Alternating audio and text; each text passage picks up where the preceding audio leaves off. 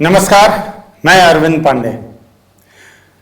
आज कुछ नई बातों के साथ, कुछ नए तर्कों के साथ और कुछ नए निवेदन के साथ मैं आपके सामने उपस्थित हूं। देखिए, पूरे देश में इस समय कोरोना महामारी की विभीषिका चल रही है। सरकार, केंद्र सरकार हो या राज्य सरकारें हों, अपने अपने अथक प्रयासों से नागरिकों की रक्षा के उपायों के बारे में कार्रवाइयां कर रही हैं। लेकिन मैं आपको कुछ आधारभूत बातें बताना चाहता हूं, जिसे यदि आप समझेंगे, बहुत अच्छी तरह से अगर समझ पाए, तो कोरोना से बचने में सरकार के साथ साथ आपकी जो मूल्यवान भूमिका है या थी, उसे आप समझ पाएंगे। विश्व में 3 प्रकार के समाज और 3 प्रकार के देश हैं, जहां 3 प्रकार की शासन व्यवस्थाएं चल रही हैं। 3 प्रकार का समाज कहने का अर्थ यह है कि एक ऐसा समाज जो विभिन्न प्रकार के सांस्कृतिक, चिकित्सा, वैज्ञानिक, आपराधिक, नैतिक नियमों को स्वतः पालन करता है। वहां सरकारों को इस प्रकार के नैतिक, चिकित्सा संबंधी नियम या अन्य सांस्कृतिक नियम या नागरिकों के अन्य कर्तव्यों के बारे में बहुत अधिक प्रयास करने की आवश्यकता नहीं होती है। तो एक प्रकार का प्रथम श्रेणी का यह देश हो गया। जैसे जापान लीजिए आप। जापान में स्वतः नियम पालन की प्रवृत्ति है। अनेक यूरोपीय देशों में भी, अनेक ऐसे देश हैं एशिया के जहां स्वतः नियमों के पालन की प्रक्रिया का विस्तार हो चुका है और नागरिक गण स्वयं भी ऐसा कोई काम नहीं करते, बिना सरकारी दबाव के ऐसा काम नहीं करते जिसको नैतिक या सिविल या आपराधिक दृष्टि से अनुचित कहा जा सके। हां, अपराध वहां भी होते होंगे, होते हैं, ये एक दूसरा मुद्दा है। लेकिन सामान्य नागरिक कर्तव्यों के संदर्भ में सामान्य नागरिक समुदाय सभी नियमों का स्वतः प्रेरित रीति से पालन करता है। जापान का मैंने उदाहरण दिया। जापान की बहुत सारी कथाएं आपने सुनी होंगी। कभी कभी मैं दूसरे किसी वीडियो में आपसे उस विषय में बातें करूंगा। दूसरे प्रकार के वो देश हैं जहां हर प्रकार के नियम कानून जो सरकारें बनाती हैं और जो वो लागू करना चाहती हैं, उन्हें बलपूर्वक लागू कराया जाता है। जैसे चीन, उत्तर कोरिया, तानाशाही शासन तंत्र के अंतर्गत जो देश या जो समाज कार्य कर रहा है, जो अपना जीवन यापन कर रहे हैं नागरिकगण अधिनायकवादी शासन तंत्र में, वहां क्या होता है कि वहां सरकार ने जो कानून बनाया, वो अच्छा कानून हो या बुरा कानून हो, नागरिकों के हित के लिए वो कानून बनाया गया हो या नागरिकों के अहित में बनाया गया हो, लेकिन उन कानूनों का अत्यंत कठोरतापूर्वक अनुपालन शासन तंत्र द्वारा कराया जाता है। जैसे चीन और उत्तर कोरिया का मैंने उदाहरण दिया आपको। आप जानते हैं कि सामान्य रूप से अध्ययन यही कहता है कोरोना के बारे में कि चीन के वुहान शहर से नवंबर 2019 में कोरोना का तूफान उठता है, पूरे चीन को प्रभावित करता है और धीरे धीरे वो पूरे विश्व को अपने नियंत्रण में ले लेता है। यही आप जानते हैं। चीन के वुहान शहर से नवंबर 2019 में कोरोना उठा, वहां से प्रकट होता है कोरोना। लेकिन आज चीन की क्या स्थिति है? चीन की शासन प्रणाली ऐसी है कि यदि सरकार ने वहां नियम बना दिया कि मास्क पहनना है, यदि सरकार ने वहां नियम बना दिया कि आपको दूरी बनाए रखनी है 10 फीट की, यदि सरकार ने वहां नियम बना दिया कि आप इकट्ठा किसी भी सामाजिक कार्यक्रम में नहीं होंगे, यदि वहां नियम बना दिया गया कि कार्यालय में आप 10 फीट की कार्यालय में भी दूरी बना के बैठेंगे, 8 फीट की दूरी बनाकर बैठेंगे, तो आपकी इच्छा हो या अनिच्छा हो, आपका कोई धार्मिक उत्सव चल रहा हो या सामाजिक उत्सव चल रहा हो, सांस्कृतिक उत्सव चल रहा है, इससे सरकार को कोई मतलब नहीं। सरकार उस नियम को सख्ती से लागू कराएगी, क्योंकि वहां एक प्रकार की अधिनायकवादी व्यवस्था काम कर रही है। आप चाहे ना चाहे आपको मानना पड़ेगा, और नहीं मानेंगे तो कठोर दंड मिलेगा उसका। यह दूसरे प्रकार की प्रणाली हो गई।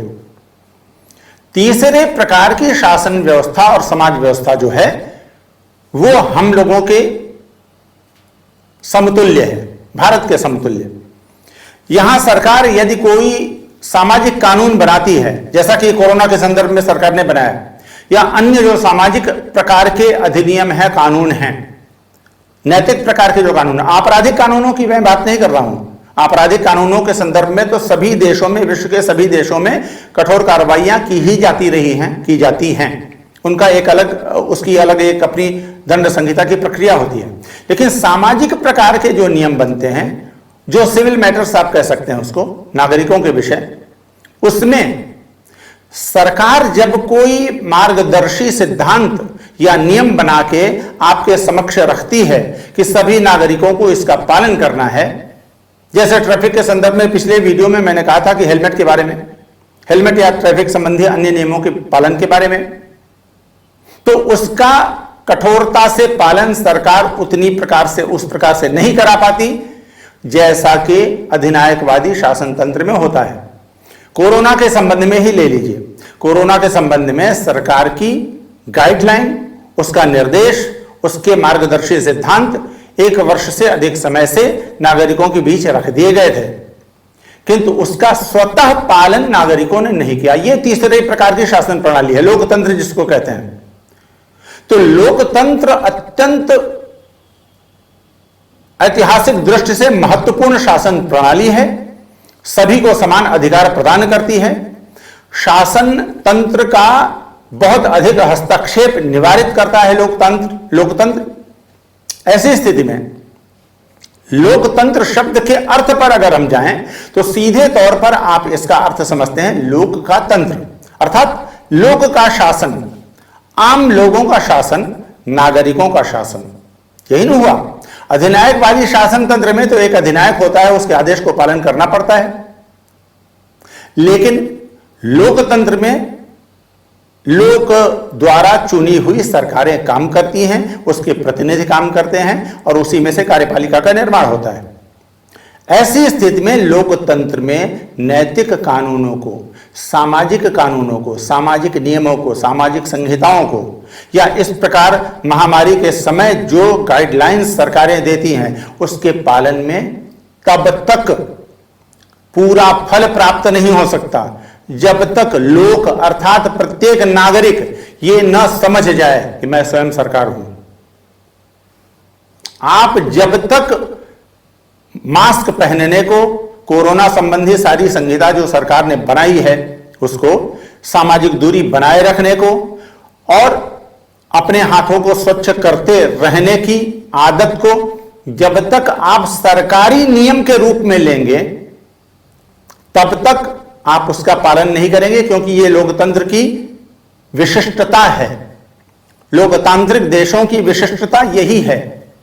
यूरोपीय देशों में भी यही हुआ, अमेरिका में भी यही हुआ कि गाइडलाइंस तो सरकारों ने बहुत बनाया, लेकिन उन लोगों ने, यूरोप और अमेरिका में तो पार्टीबाजी बहुत होती है, तफरीह बहुत ज्यादा लोग करते हैं, पर्यटन बहुत ज्यादा लोग करते हैं, समुद्र तटों पर विचरण और पार्टीबाजी बहुत होती है।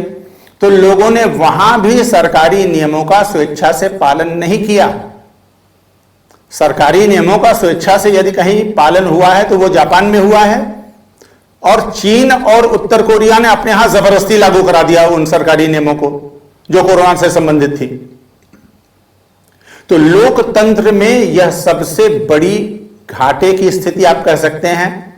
ऐसी परिस्थितियों में जब महामारी की स्थिति पैदा होगी और लोग सरकार के नियमों को सरकारी नियम मान लेंगे, जबकि वो सीधा उनकी सुरक्षा से संबंधित नियम हैं, सरकार बार बार निवेदन करती रहेगी, लेकिन आप अगर उसका पालन नहीं करेंगे तो आप स्वतंत्र भी हैं ना पालन करने के लिए एक तरह से, क्योंकि उतनी कठोरता के साथ दंडित आपको नहीं किया जाएगा जैसा चीन में दंडित किया जाता है।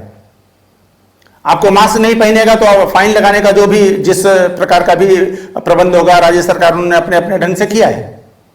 सामाजिक दूरी बनाए रखने के लिए आपको कानूनी जो कार्रवाई होगी वो बिल्कुल पर्याप्त नहीं होगी। आप सोचेंगे तो कोई क्या कर लेंगे, हमारा 144 का उल्लंघन अगर हम करते हैं तो उसके विरोध में, उसके आरोप में एक हमारे खिलाफ प्रतिवेदन जाएगा।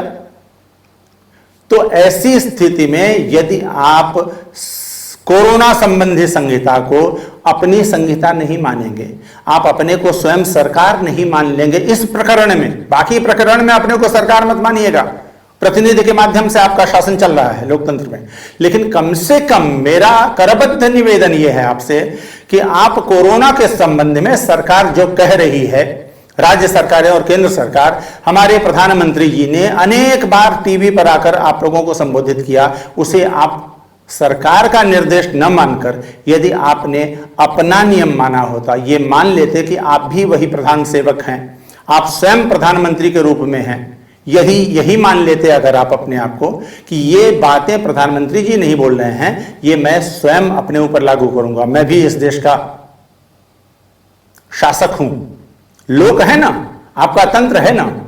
तो ऐसी स्थिति में आप अपने को सरकार मान लीजिए कृपा करके, जब तक कोरोना शांत नहीं हो जाता है।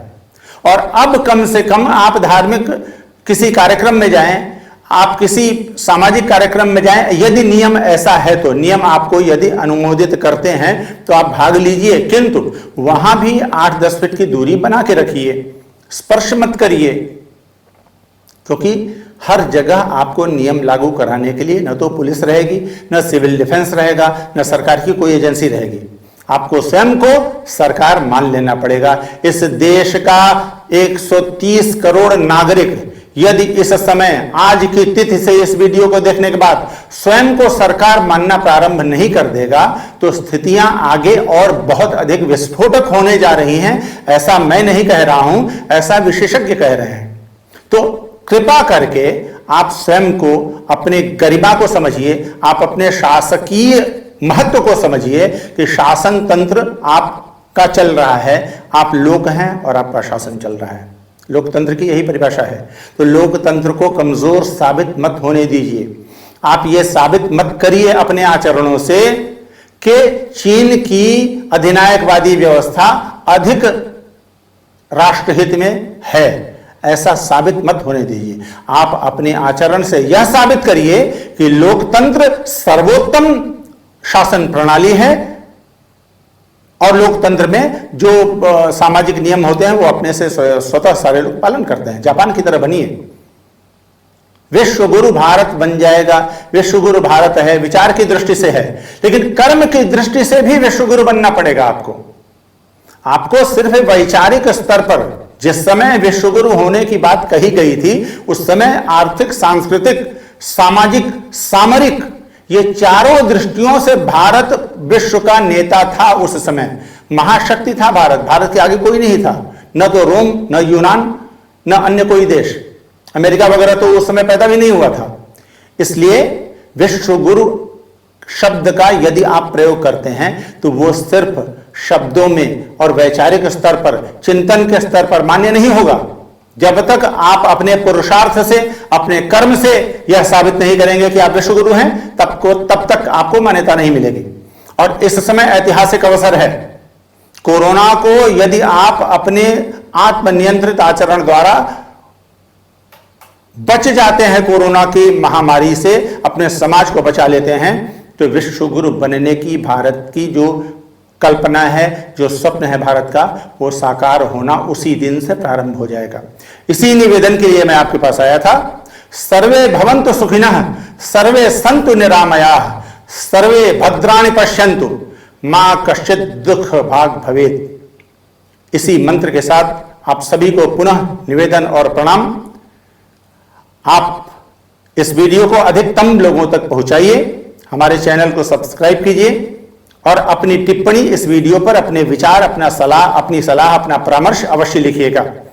धन्यवाद। वंदे मातरम। जय हिंद।